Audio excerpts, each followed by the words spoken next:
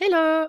Dans cette vidéo, on va voir ce que c'est que la parentalité positive pour que tu puisses comprendre les principes de base de la parentalité positive. Pourquoi est-ce que c'est important? Parce que souvent quand on débute dans la parentalité positive, et ça je le vois vraiment tous les jours dans les mails que je reçois ou avec les mamans, clientes que j'accompagne, c'est que souvent quand on débute, c'est qu'on essaie d'appliquer des astuces qu'on va piocher par-ci, par-là sur des blogs ou dans des livres de parentalité positive, et ça ne fonctionne pas. Donc voilà, c'est vraiment important que tu regardes cette vidéo pour comprendre la logique de la parentalité positive, pour ne pas tomber dans ces erreurs justement. Et on verra aussi en deuxième partie de vidéo ce que ça n'est pas la parentalité positive parce que justement c'est toutes ces erreurs qu'il faut que tu évites pour réussir à appliquer la parentalité positive avec succès au quotidien. Voilà, donc reste bien jusqu'à la fin de cette vidéo. Voilà, je suis Natsuki, je suis coach en parentalité respectueuse. Alors là, j'utilise le terme parentalité positive dans cette vidéo, mais en fait, moi, je préfère utiliser le terme de parentalité respectueuse parce que c'est vraiment ce qui me tient à cœur dans cette approche, c'est le respect de notre enfant. Alors, on va voir en détail, en tout cas, ce que c'est que la parentalité respectueuse ou parentalité positive, si tu préfères ce terme. Donc, le but de la parentalité respectueuse, c'est vraiment d'éviter d'avoir recours à des violences éducatives. Alors, quand je te dis violence éducative, tu vas peut-être penser fessée ou gifle ou autre châtiment corporel, mais en fait, c'est vraiment beaucoup plus vaste que ça.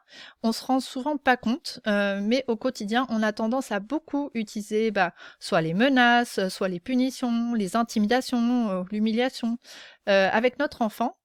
Alors, par exemple, justement, le fameux je compte jusqu'à 3, hein, si tu viens pas, je compte jusqu'à 3, 1, 2, 3, si t'es pas venu, etc. Ou alors, par exemple, si t'es pas sage, demain t'iras pas à l'invitation de ton copain Lucas. Ou alors, même pour le Père Noël, si t'es pas sage, le Père Noël t'apportera pas de cadeau. Je pense que tout ça, ça te parle. Voilà, donc c'est vraiment ces fameuses menaces qu'on utilise au quotidien et on peut vraiment faire autrement. Donc c'est vraiment le but de la parentalité respectueuse.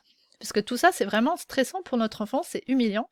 Et d'ailleurs, si le sujet t'intéresse, tu pourras voir dans d'autres vidéos que j'ai faites les impacts de toutes ces menaces et punitions au quotidien sur notre enfant. Ça impacte beaucoup sa confiance en lui, hein, en particulier. Alors, donc, premier principe, c'est que on se met à la place de notre enfant. En fait, on va se demander si j'étais lui, est-ce que j'aimerais qu'on me fasse ça? Par exemple, si tu étais au boulot, est-ce que ça te plairait que ton chef utilise des menaces ou des punitions avec toi? Voilà, si t'as mal fait un truc, t'as raté quelque chose, voilà. Et puis ton chef te dit Madame X, vous êtes punie, demain vous devrez faire ceci en plus, etc. Est-ce que ça te plairait? Voilà. Donc, deuxième principe, c'est qu'on va répondre aux besoins de notre enfant, en particulier en termes de sécurité affective. Donc, souvent, l'exemple qu'on prend, c'est pour les bébés, c'est que souvent dans l'éducation classique, on va laisser pleurer notre bébé, voilà, pour qu'il s'habitue à s'endormir tout seul. En parentalité respectueuse, on va pas du tout faire comme ça, on va répondre tout de suite à son appel, parce qu'on va toujours partir du principe que si notre enfant pleure, c'est qu'il a besoin de quelque chose. Est-ce qu'il a besoin qu'on change sa couche? Est-ce qu'il a besoin qu'on le réconforte? Est-ce qu'il a besoin d'une tétée? Ou voilà, est-ce qu'il a faim ou quoi que ce soit? Voilà, donc on va toujours partir on va toujours répondre à son besoin. En ce qui me concerne, moi, j'ai appliqué ce qu'on appelle le maternage proximal. Alors, il y a différents courants dans la parentalité positive.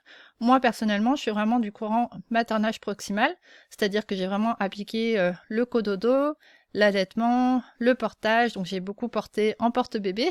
Donc, d'ailleurs, j'ai fait des interviews. À un moment, j'étais journaliste pigiste et je faisais mes interviews, voilà, avec ma fille en porte-bébé. J'ai interviewé le maire, etc. Donc, on m'appelait la journaliste kangourou. Tout ça pour te dire que, en fait, voilà, le maternage proximal, c'est vraiment répondre au maximum aux besoins de ton bébé. Et donc en portant, tu as toujours ton bébé avec toi, donc il est toujours rassuré, il est toujours, il est toujours bien. Voilà. Alors, sinon, donc deuxième principe, c'était ça, c'est répondre aux besoins de notre enfant. Troisième principe, c'est qu'on part du postulat que notre enfant, il est bon par nature. Parce que, je sais pas si tu as remarqué, mais dans l'approche, on va dire, traditionnelle de la parentalité, en tout cas en France, on voit souvent l'enfant comme un enfant terrible, qui fait des caprices, qui veut nous provoquer, voilà, etc. Donc en fait, à chaque fois, on veut le recadrer, on veut lui apprendre les bonnes manières, etc. Donc, est-ce que tu as déjà essayé de partir plutôt du postulat que ton enfant, il fait pas ça pour te provoquer, et en fait, s'il fait ça, c'est qu'il y a une raison. Donc, en fait, si on essaie de... Enfin, on voit notre enfant comme un enfant qui fait des caprices et tout ça, c'est juste une méconnaissance de nos enfants et de leur fonctionnement.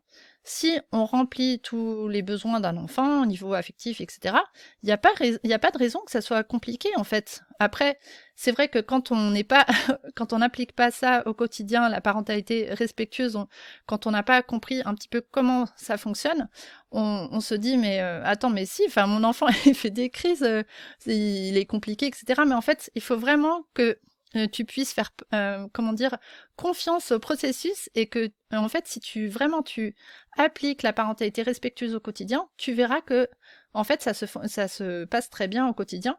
Mais c'est juste que tu as besoin de d'abord comprendre le fonctionnement global, et c'est vrai que ça demande de s'intéresser à la question de manière plus profonde que juste piocher des astuces par-ci par-là, comme je te disais tout à l'heure. Voilà. D'ailleurs, si cette vidéo t'intéresse, n'oublie pas de la liker, parce que je suis toute seule à parler, voilà. Donc j'ai besoin de savoir si mon contenu t'intéresse ou pas. Donc voilà, n'hésite pas à t'abonner ou à liker la vidéo pour me dire un petit peu si le sujet t'intéresse. Donc, quatrième principe, qu'est-ce que la parentalité positive? C'est que on va se positionner dans un rapport gagnant-gagnant. C'est-à-dire que plutôt que d'être dans un rapport où voilà, l'adulte gagne et l'enfant perd, donc typiquement j'essaie d'obtenir quelque chose de mon enfant, en fait on va guider notre enfant, on va être plutôt en espèce de position de coach, donc plutôt que d'essayer de le contrôler, on va, ou plutôt que de chercher à se faire obéir, voilà, on va essayer de trouver une solution qui convient à tous les deux. Alors, maintenant que je t'ai expliqué tout ça, je suis sûre que tu es en train de regarder ton écran en te disant ouais, mais attends, on n'est pas dans le monde des, des bisounours, ça marche pas ton truc.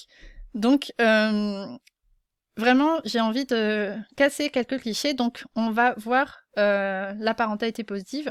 Qu'est-ce que ça n'est pas, justement? Donc, premier cliché, c'est vraiment que la parentalité positive, c'est pas une mode. Souvent on se dit ouais mais attends, c'est un peu une mode, enfin c'est c'est un peu un truc bobo pour voilà les parents qui veulent faire bien, etc. Mais en fait voilà, et puis surtout par rapport à ce que je te disais tout à l'heure, oui mais le truc gagnant-gagnant, est-ce que ça fonctionne, etc. Il faut vraiment savoir que la parentalité positive, c'est pas juste pondu comme ça, hein, ça repose sur les neurosciences, donc il y a vraiment une base scientifique. On se base sur les découvertes qu'on a faites sur le cerveau des enfants, sur les étapes de développement, etc. Donc c'est pour ça que c'est efficace.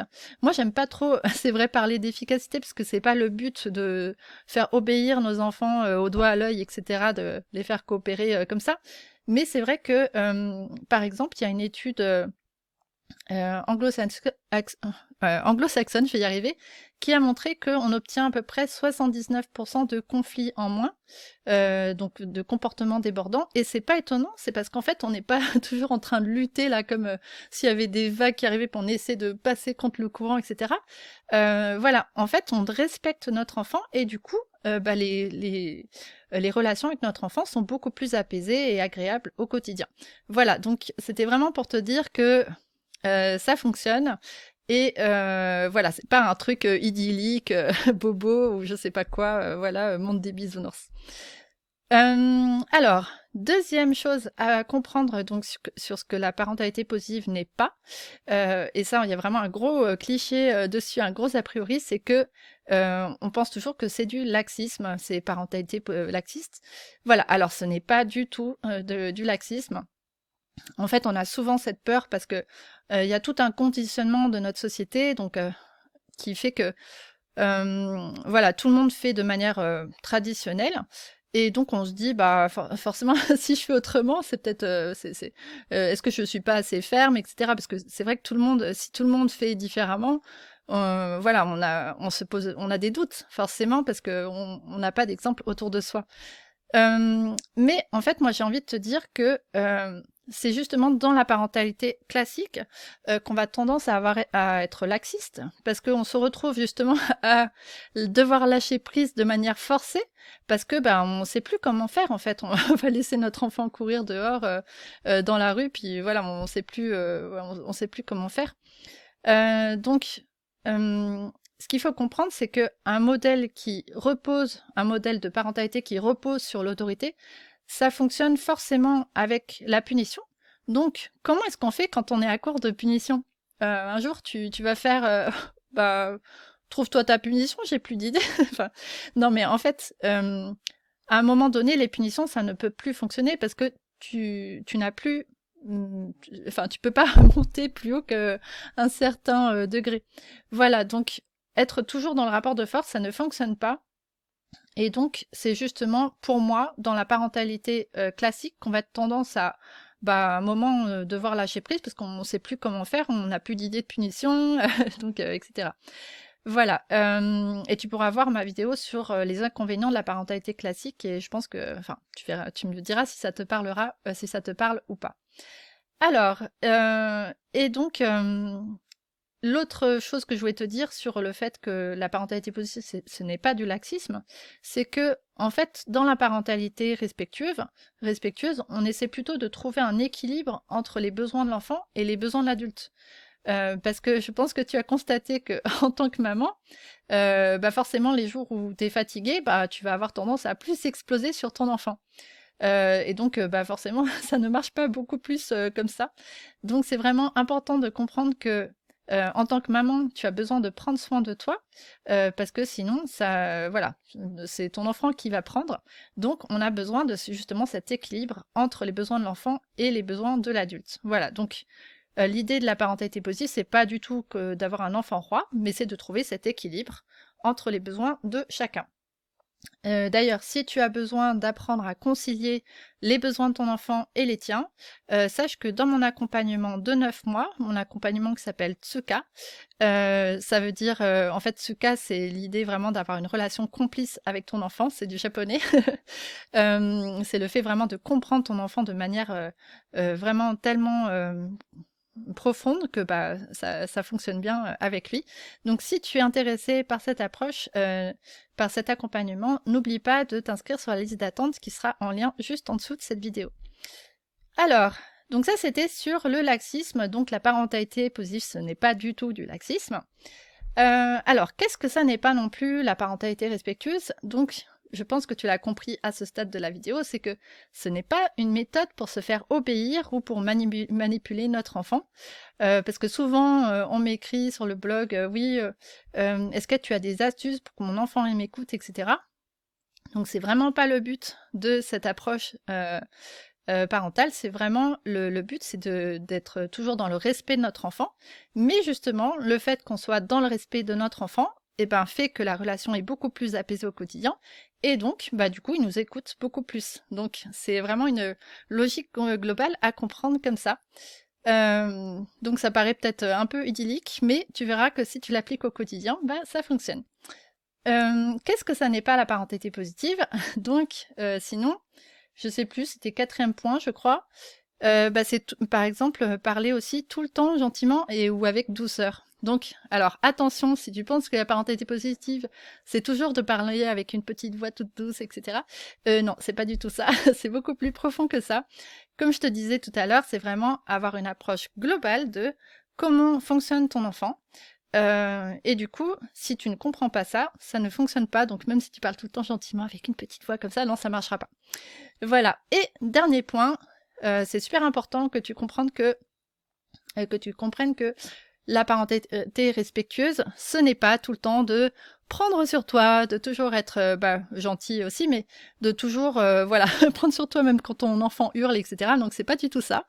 Ça c'est le mode justement cocotte minute, maman cocotte minute qui ne fonctionne pas du tout. Parce que si tu prends toujours sur toi, à un moment voilà, tu mets une contrariété dans la casserole, enfin dans la cocotte minute, hop, tu fermes, et puis t'attends que ça passe. Hop, deuxième contrariété, tu remets dans la cocotte minute, hop, ça passe, etc. Puis à la fin de la journée, hop, la cocotte minute n'arrive plus du tout à tenir quoi que ce soit, et paf, ça explose sur tout le monde. Voilà, donc ce n'est pas du tout ça.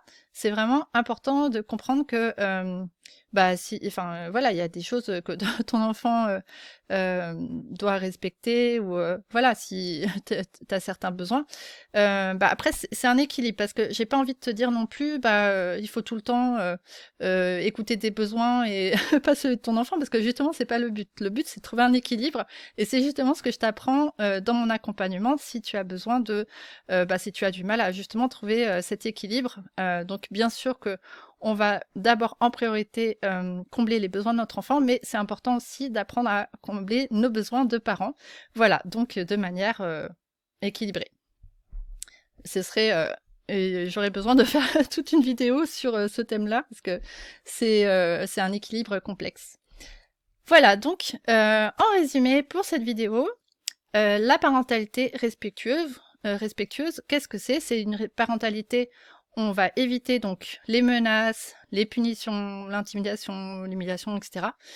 Et ça se base sur des fondements scientifiques, donc on a besoin d'avoir une connaissance profonde de notre enfant.